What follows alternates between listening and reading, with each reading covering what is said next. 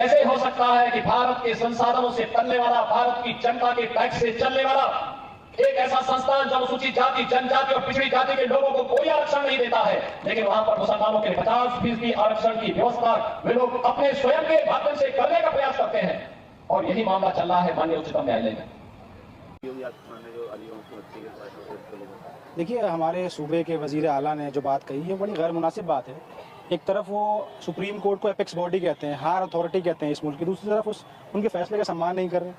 जो फैसला कल आया है माननीय सुप्रीम कोर्ट ने जो फैसला दिया है 7 जजों की बेंच ने, सबसे बड़ी बेंच ने फैसला दिया है, और वो फैसला फैक्ट्स की बुनियाद पे, इंसाफ की बुनियाद पे, हिस्ट्री की बुनियाद पे दिया गया है। उस पर सवाल उठाना मतलब आप ये है कि जुडिशरी पर कंटेम्प्ट ऑफ कोर्ट की बात कर रहे हैं। इसके अलावा जो फैसले आपकी नफ्स को सूट करते हैं उसमें आप कहते हैं कि हम इसका इस्तकबाल करते हैं, जो फैसला आपकी नफ्स को सूट नहीं कर रहा उसको आप क्रिटिसाइज कर रहे हैं। और देखिए, कॉन्स्टिट्यूशन हर माइनॉरिटी को इस बात की इजाज़त देता है कि आप अपने इदारे कायम कर सकते हैं, उसको चला सकते हैं। हम कोई भी माइनॉरिटी इंस्टीट्यूट अगर बनता है तो ऐसा नहीं संविधान के खिलाफ बन रहा है, वो संविधान का आर्टिकल 30 उसको इस बात की इजाज़त देता है कि आप अपने इदारे बनाएं। और देखिए, बहुत सिंपल सी बात है कि किसी भी मुल्क की अगर माइनॉरिटी है, जब तक उसको आप इक्विटी देकर पीछे से आगे बुलाकर सबके साथ नहीं खड़ा करेंगे, वो डेवलप नहीं हो सकती, मुल्क सुपर पावर नहीं बन सकता। तो माइनॉरिटी को ये इस बात की इजाज़त कॉन्स्टिट्यूशन ने दी कि वो आगे बढ़े, अपलिफ्ट हो, उसी का एक फैसला है।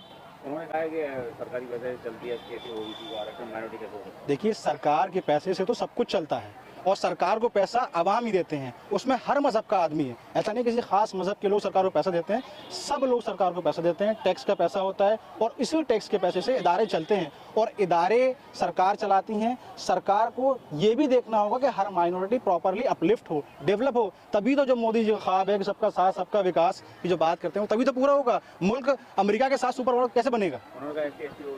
देखिए, ST ST OBC का आरक्षण सब जगह है, लेकिन कुछ खास इदारे हैं, कुछ माइनॉरिटीज चला रही हैं। जैन्स अपने इंस्टीट्यूट चला रहे हैं, क्रिश्चियंस अपने इंस्टीट्यूट चला रहे हैं, बुद्धिस्ट अपने इंस्टीट्यूट चला रहे हैं। इसी तरीके से मुसलमान भी माइनॉरिटी है, और मुसलमान अगर अपने इदारे नहीं चलाएगा तो फिर कैसे आप वो आगे बढ़ेंगे? और जब हम सबको हक देने की बात करते हैं, जब सुप्रीम कोर्ट ने मुसलमानों को हक दिया, जिस तरह सुप्रीम कोर्ट हर मजहब को इख्तियार देती है, तो इसमें हक तलफी की बात कहाँ से आ गई?